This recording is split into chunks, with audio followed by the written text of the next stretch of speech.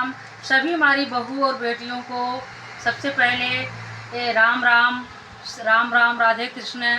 उनको लंबी आयु मिले, लंबी लंबी लंबी लंबी आयु मिले उनके, जो है लंबी लंबी आयु के बाद उनको बताएंगे कि तीज का त्यौहार जो व्रत आता है, तीज के त्यौहार व्रत पहली बार जो हमारी बहुएं और बेटियां करने जा रही हैं, तो उनके लिए मैं कुछ ज़रूरी चीज़ें बताने जा रही हूँ जिससे भूख प्यास ना लगे उनको।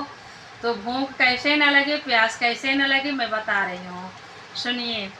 जैसे शाम को आप ऐसा भोजन करें जिसमें नमक की मात्रा कम हो, कुछ मीठा भोजन भी कर सकती हैं। और शाम को ब्रश करके उसके बाद खिचड़ी का दातून करिए और खीरा खा लीजिए।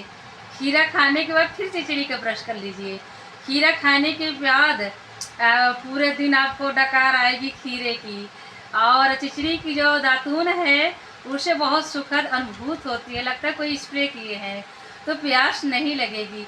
और इतने में भी अगर प्यास लगती है, कुछ बहनों को खाना बनाना होता है, बहुत सारे वर्क करने होते हैं, तो जब लगे कि हमें प्यास लगी, बहुत गर्मी लग रही है, तो जा कर के बाल धो करके नहा लीजिए।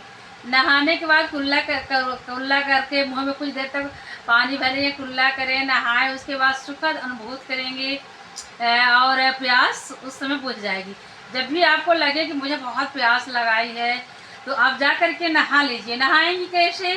शैम्पू से नहीं नहाना है, शैम्पू साबुन नहीं लगाना है। उस दिन शैम्पू साबुन लगाएंगी तो लगेगा कि रूखा रूखापन लगता है। तो आप तिल के पत्तों को पीस लीजिए या तोड़ के, ऐसे जो काले तिल का पत्ता होता है, इस समय तिल हर गांव में, हर उसमें मिल जाएंगे मोहल्ले में, तो तिल की पत्तियां ऐसे ऐसे हाथों से मसल दीजिए, तो वो बड़ा शैम्पू के तरह ही एकदम स्प्रे करेगा, शैम्पू की तरह ही। वो तिल के काला पत्ती ऐसे से दबा देंगे तो टूट के एकदम शैम्पू बन जाएगा। वो उसके बाद शैम्पू हो गया। आज वैसे ये क्या कहते हैं, घी कुमार, इसको अपने भाषा में क्या बोलते हैं, एलोवेरा। तो एलोवेरा का जो जेल है, एलोवेरा का जो जेल है उसको निकाल करके बालों में लगाइए, चेहरे में लगाइए। और ये काले तिल का उबटन, काले तिल से नहाना, तो काला तिल अगर नहीं वो करी है तो काला तिल भी डाल के नहा सकती, क्योंकि वो ठंडा होता है, इसलिए नहाएंगे तो गर्मी भी नहीं महसूस होगी और प्यास भी नहीं लगेगी। एलोवेरा का जो ताज़ा घी कुमार उसको निकाल लीजिए, लगाइए, या तो वो तिल वो पत्ती है, वो दोनों इतना फिसलेगा, लगता है शैम्पू से भी ज़्यादा दुगना। तो उनको ना भूख लगेगी ना प्यास लगेगी। और कोई माताएं बार बार दूध पिलाती हैं तो लगता है कि बहुत भूख लगाई है, शाम को पानी पिएंगे तो तिलमिला सी जाती हैं, तो शाम को 2 खीरे खा लीजिए। शाम को 2 खीरा खाने के बाद आप पानी पी लीजिए और उसके बाद आपको प्यास नहीं लगेगी। तो इस तरह से व्रत करना है। सुबह फिर नहाइए, अब सुबह नहाइए तो अमृत वेला में नहाइए। एक बार अमृत वेला में नहा लेंगी और बाल वो जिससे हम बताए हैं, एक दिन पहले सब कुछ ला के रख लीजिए, उसी दिन आप परेशान हो जाएंगी।